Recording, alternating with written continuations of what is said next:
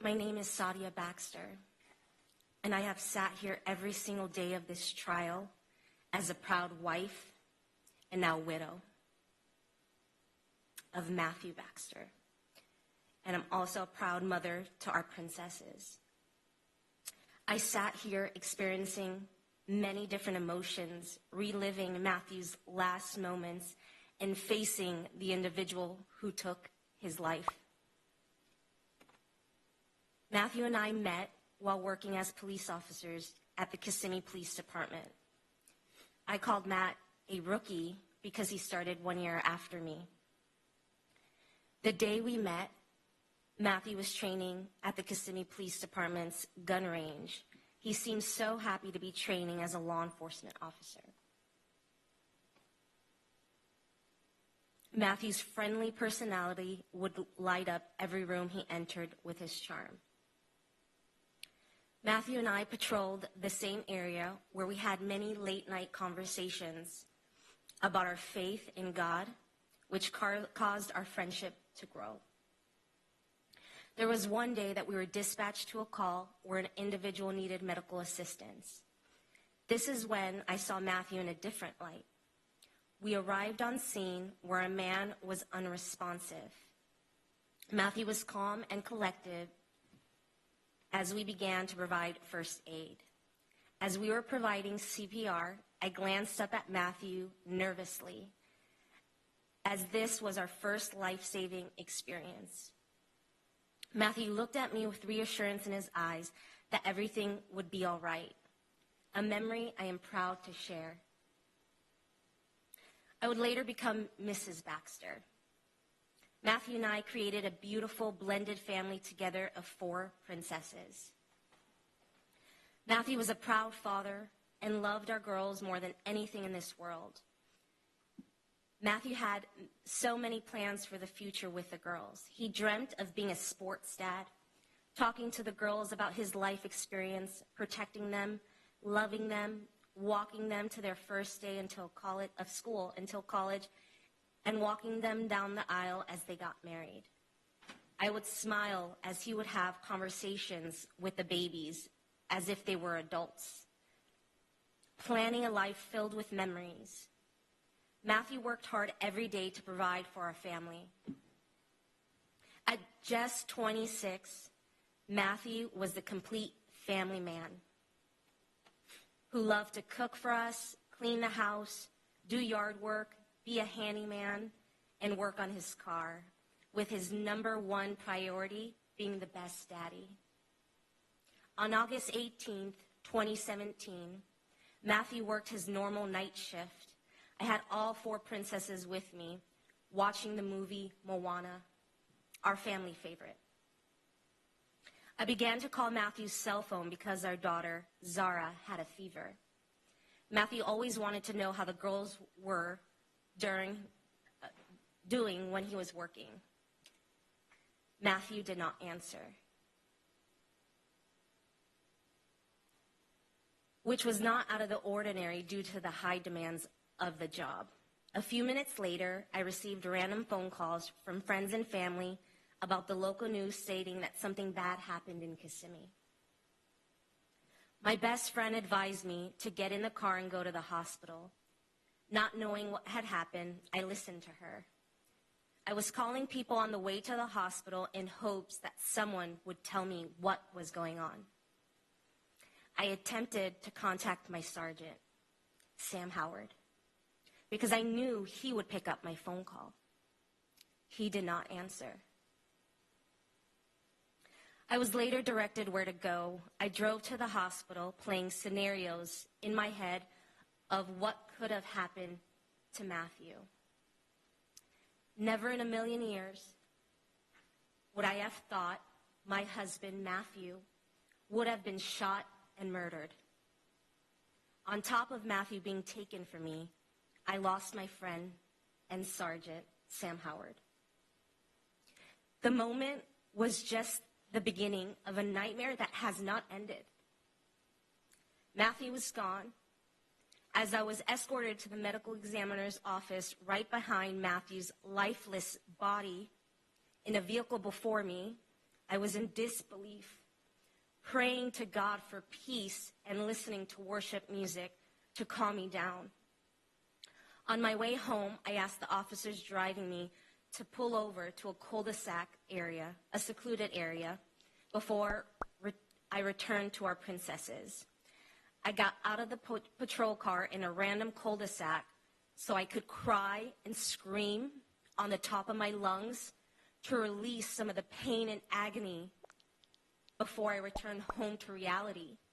A home that was now filled with our little princesses who I now have to raise without their daddy. Instead of being a grieving widow, I had to get the strength to walk into a house knowing I was going to break our princesses' hearts and their lives would be changed forever. I looked at their innocence and made it my mission in life to ensure that they would be protected and to ensure that they would never forget who their daddy was. I could not sleep for many nights after Matthew's death. My sleepless nights turned into weeks, weeks turned into months, and now months have turned into years. I still do not sleep well, knowing that Matthew will never come home. I have a difficult time resting. How could I rest knowing that I am the sole provider to my girls because their father was taken? I dread knowing that as they get older, I have to relive that horrible night, as I know they will ask questions. My girls will encounter many milestones a daddy should be there for to love and support them. Our youngest princess, Sophia, was only 7 months old the day her daddy was taken. He did not even get to see her first footsteps or see her personality flourish. Matthew's dream to walk his daughter to the first day of class and down the aisle as they grew up and get married ended the night he was killed. Our daughter, Zara, is a complete daddy's girl. Now 3 years old, Zara has cried out to me, begging me to take her to heaven to see her daddy or pick him up from heaven. Being so innocent, she does not understand what the concept of heaven is. It hurts my soul to see my daughters in so much pain. More recently, Zara asked me the question I dreaded for the past 2 years. She asked, "Mommy, is my daddy dead?" I know she understands what death means. I finally stirred up the courage to tell her, "Yes, Zara, your daddy is dead and he is in heaven." Zara sadly said, "But we never knew my daddy Matthew." I watch my girls at the park, daycare, or at the store as they see other children playing with their father. I see a void in their eyes. As a mother, I do my best to fill the void my daughters have without their daddy. Throughout the past 2 years, I realized I can never fill that void. I am not their daddy, nor will I ever be able to replace him with my love.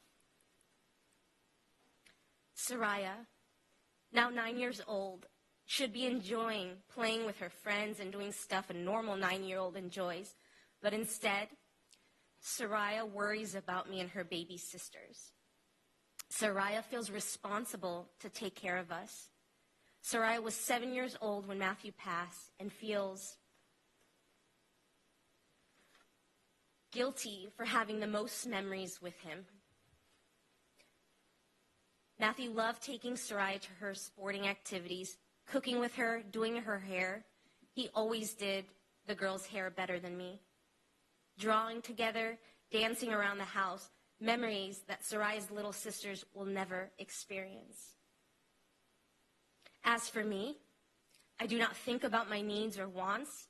My life is consumed by the daily grind of my day-to-day tasks and tending to our girls without Matthew.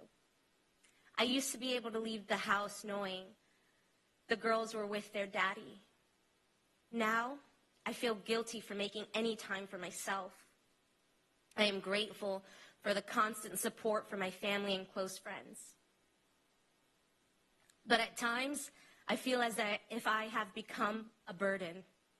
For the past 2 years, my parents have sacrificed living comfortably in their own home to stay every night with my girls and I.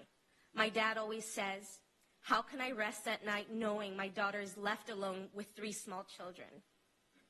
Ever since Matthew was taken, my mom and dad have felt obligated to not leave us alone at night. I also feel guilty dropping off my girls to daycare daily, knowing that when Matthew was here, we adjusted our schedules to ensure that we were able to raise our girls together. What we, family and friends, are left with are memories of who Matthew was and what he stood for, which I will share with you. I have heard countless stories about how Matthew impacted lives on and off duty. At his funeral service, a homeless man approached me as I was sitting in Matthew's patrol vehicle. I recognized the individual as a man I've seen frequently in Kissimmee. He approached me and shook my hand and told me how Matthew gave him a pair of Jordan shoes and how he will always remember Matthew's selfless act. Matthew had a huge heart and would tell me, "I will give anyone the shirt off my back."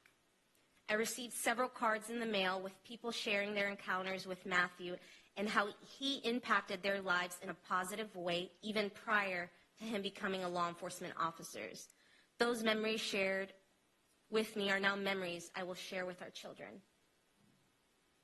Matthew loved to write and would always talk about writing a book about his life called The Book of Matthew. I would giggle because he was only 26 years old and felt like he experienced so much of life, especially having a challenging upbringing. Matthew gave me a card in July of 2017, 1 month prior to his passing, and wrote several things inside part of the card he titled, 5 Things to Always Remember. I found it strange when I received the card that he would write 5 things to always remember, as if he was not going to be around forever. At the time, I did not hold the words so close to heart, but now I hang on to every word. He wrote, "What doesn't kill us only makes us stronger, better, wiser." Number 2, God above all else. Number 3, love is the cure for evil, affliction, pain, forgiveness, sorrow, and relationships. Number 4, in my eyes, you are the most beautiful and tender-hearted woman I know. And number 5, I will always love you. Number 3, love is the cure for evil, affliction, pain, forgiveness, sorrow, relationships. I want that to resonate with you all today. I will continue to raise my girls to love and not to have hate in their hearts. Hate is why we are here today. I will raise my girls to honor God and to know their daddy died a hero. Matthew was proud to be able to protect and serve this community. We had many late-night conversations about truly making a difference in our community by protecting and serving. For us, this profession was not just a job, but a calling. As life moved on after Matthew's and Sam's death, and life continues after this trial, our life will also continue to be filled with grief, pain, sadness, and challenges for many years to come. The reality is, I am left to raise beautiful little girls who deserve to have their daddy by their side. I stand strong for them, but I struggle daily knowing that Matthew could still be here and should still be here. But he was taken from us. He will never get to eat at our Sunday family dinners again. He will never get to teach the girls to ride their bikes or tie their shoes. He will never get to tuck them into bed at night and reassure them that monsters are not real. He will never get to talk to them about boys. He will never get to see the girls grow into beautiful women, sharing birthday after birthday, He will never get to tell them he loves them and walk them down the aisle as they get married, or see our future grandchildren be born. I pray you all hold loved ones a little closer and cherish every moment, because the moments with our loved one, Matthew Scott Baxter, ended August 18th, 2017. Thank you. Cross. No, Your Honor. Thank you, ma'am. You can step down.